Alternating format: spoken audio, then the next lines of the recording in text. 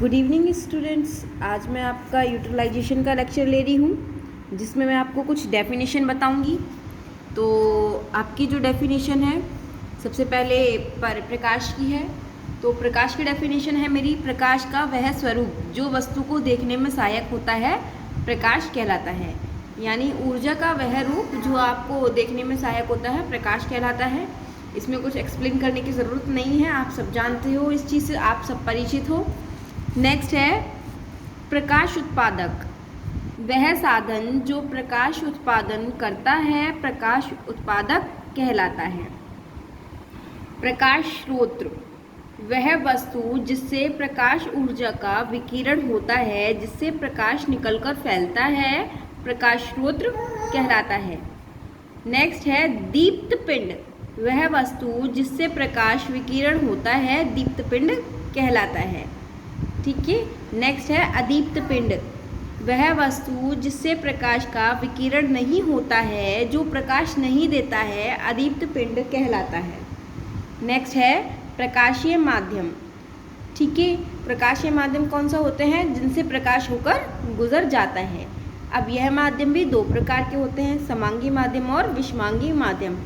समांगी माध्यम क्या होते हैं? जिनके प्रत्येक स्थान पर एक समान भौतिक गुण पाए जाते हैं, वह आपके समांगी माध्यम होते हैं। नेक्स्ट है आपके विषमांगी माध्यम, यानी कि जहाँ प्रत्येक स्थान पर भौतिक गुण समान नहीं पाए जाते हैं, वह आपके विषमांगी माध्यम कहलाते हैं। अब है पारदर्शी। पारदर्शी क्या होता है? जिससे होकर प्रकाश गुजर जाता है उसे आप पारदर्शी कहते हैं। अल्प पारदर्शी, पारदर्शी का एग्जाम्पल है आपका कांच हो गया और ट्रांसपेरेंट पिन्नी हो गई, पिन्नी से भी होकर आपका प्रकाश गुजर जाता है। ये सब आपके क्या हो गए? पारदर्शी माध्यम हो गए। अब है अल्प पारदर्शी।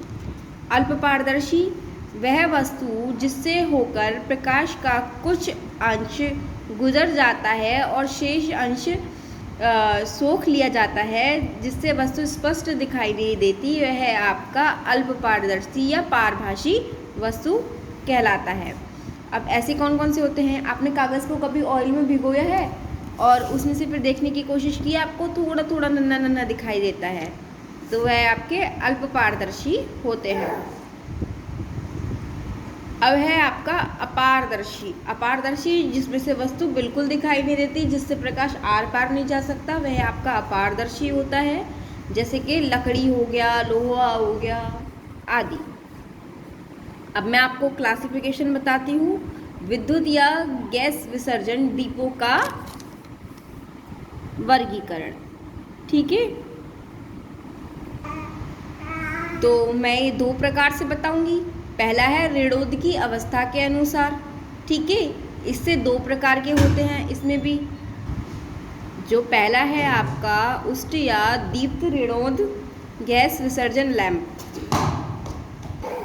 जिसमें पहला है आपका, यदि मैं उष्ट ताप या दीप के अनुसार इसका वर्गीकरण करूं, तो जिसमें पहला आएगा न्यून दाब सोडियम वाष्प लैंप, दूसरा है आपका उच्च दाब सोडियम वाष्प लैंप, तीसरा है आपका न्यून दाब पारद वाष्प लैंप। इन सबको मैं पढ़ाऊंगी आपको एक एक लैंप के बारे में। अभी आप मैं इसको क्लासिफिकेशन बता देती हूँ। नेक्स्ट है आपका उच्च दाब पारद वाष्प लैंप, फिर है न्यून वोल्टता नियोन लैंप। नेक्स्ट है आपका शीत या ठंडा ऋणोद विसर्जन के अनुसार हमारे कितने प्रकार के होंगे? दो प्रकार के। नंबर फर्स्ट है आपका न्यून दाब पारद गैस विसर्जन लैंप, दूसरा है आपका न्यून दाब नियोन गैस विसर्जन लैंप। ठीक है। अब नेक्स्ट मैं आपको बताऊंगी दीपों में भरी गैस के अनुसार। अब दीपों में गैस कौन कौन सी भरी जाती हैं आपको पता है? ये तीन प्रकार की गैस भरी जाती है। सोडियम वाष्प दीप, नेक्स्ट है आपका पारद वाष्प दीप, और एक नियोन, क्योंकि इसमें हम हमेशा अक्रिय गैस ही भरते हैं। ठीक है।